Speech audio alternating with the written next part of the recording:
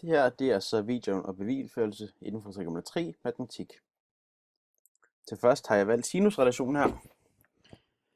Og sinusrelationen hedder som sagt lille a divideret til sinus til vinkel a lige med b divideret til sinus til vinkel b lige med c divideret til sinus til vinkel c. Og så har jeg delt den op. Så hedder den sinus til, så har jeg valgt sinus til a. Det er så lige med det samme som hb. Det er den her. Divideret med hypotenusen i c. Og det er så for at isolere hb herude, så hedder den hb lige med lille c gange sinus til a. Så for at gøre det samme over i den højre trekant her, har jeg valgt at sige sinus til vinkel c lige med hb divideret i a. Og det er så for at isolere hb herude. Det er så hb lige med lille a gange sinus til vinkel c. Og så for at samle det, har jeg så, eller for at gøre det op, der har jeg så valgt at sige lille c herude. Lille c gange med sinus til vinkel a. Og så i højre, der har jeg valgt at sige lille a gange med sinus til vinkel c. Og så når man bytter rundt på dem, når det hedder gange, så hvis man bytter om på lighedstegn, så skal det være divideret. Det vil sige sinus til vinkel a divideret med a, lige med sinus til vinkel c divideret med lille c. Og dermed er sinusrelationen bevist. Så hvis vi går over til kosinusrelationen her, der er 3 kosinusrelationer her. Den første hedder an lige med bn plus cn minus 2bc gange cosinus til vinklen a. Nummer 2 hedder bn lige med an plus cn minus 2ac gange cosinus til vinklen b. Den tredje, den hedder cn lige med an plus bn minus 2ab gange cosinus til vinkel c. Og vi kan se den her til den sidste tredje, den minder utrolig meget om Pythagoras, da den hedder an plus bn lige med cn. Og så er der så puttet et ekstra led på herude. Så hvis vi kigger over til højre på trekanten, der har jeg så valgt, at der er den delt op i 2. Hvor det nederste bundstykke her, det hedder normalt b. Så har jeg valgt at kalde det lille stykke op x.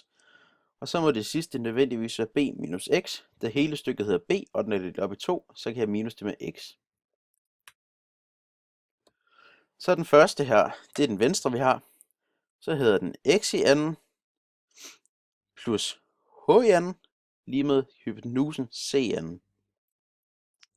Så i nummer 2, der har vi b minus x, altså bundlinjen, i anden, plus h i anden lige med a i anden.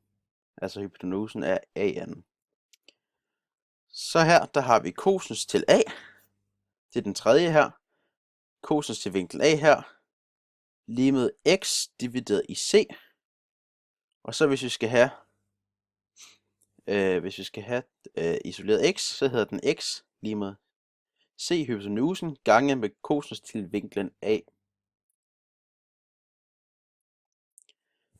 Så har vi, hvis vi tager linje nummer 2 her, det er fra højre side der, så hedder den b minus x i anden plus h i anden plus a, eller lige med a i anden.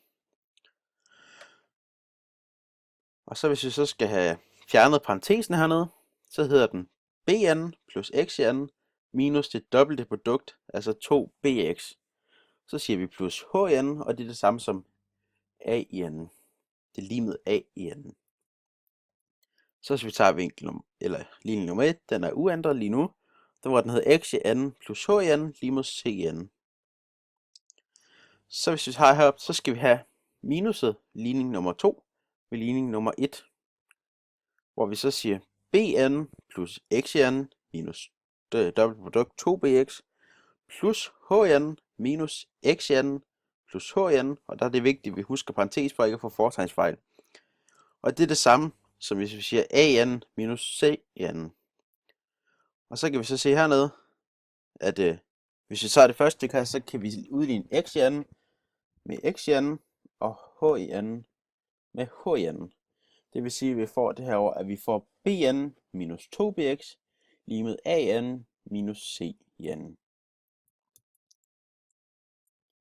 Og så hernede, der får vi så, da vi sætter cosinus ind, altså vi tager den tredje ligning og sætter ind i, da vi fik at vide tidligere, at x er lige med c gange cosinus til a. Så hedder den bn minus 2bc gange cosinus til vinkel a lige med an minus cn. Og så herefter, så kan jeg så isolere an, hvor jeg siger an minus bn plus cn lige med, eller minus 2bc gange cosinus til vinkel a. Og hermed er cosinusrelationen til den første så bevist. Jeg kunne også have taget cosinusrelationen til de to andre, hvor vi så skulle have sat højden henholdsvis på lille c eller henholdsvis på lille a.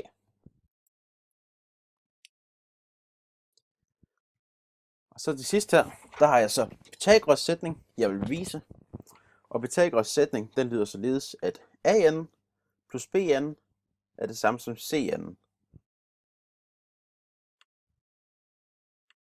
Og herude, der har vi så, at an den er der, og bn den er her. Og de her to så, de er til sammen, de er lige med det her op. Altså cn. Og så hvis vi tager an herpå, den er 3 gange 3, som vi finder arealet af den. Og den her, den er 4 gange 4.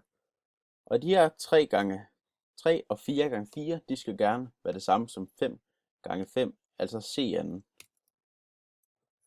Og så hvis vi tager her, så har jeg lavet et regnestykke, der hedder 3 gange 3, altså an, og 4 gange 4, bn, og 5 gange 5, der er cn. Og så efter gangen, så hedder den 3 gange 3, det er 9, 4 gange 4, det er 16, 5 gange 5, det er 25. Og så for at vise det rigtigt det her, så sætter vi så, at det er 9, ja, og så 9 plus 16, det giver 25, og der skulle gerne kunne være 25 i den her boks her. Så har jeg valgt for at bevise det, at sætte de her firkanter ind. Og for hver firkant, der er de blå, er der også en orange. For at bevise, at alle de blå firkanter, der kommer, kan der også alle de blå firkanter simpelthen være oppe i cn, det vil sige an lige med cn, eller an plus bn er lige med cn. Og det vil så sige, at der hermed er Pythagoras sætning bevist, at an plus bn er lige med cn. Og det var det, jeg havde om bevisførelsen inden for trigonometri. Og emnerne sinusrelation, kosinusrelation og Pythagoras sætning.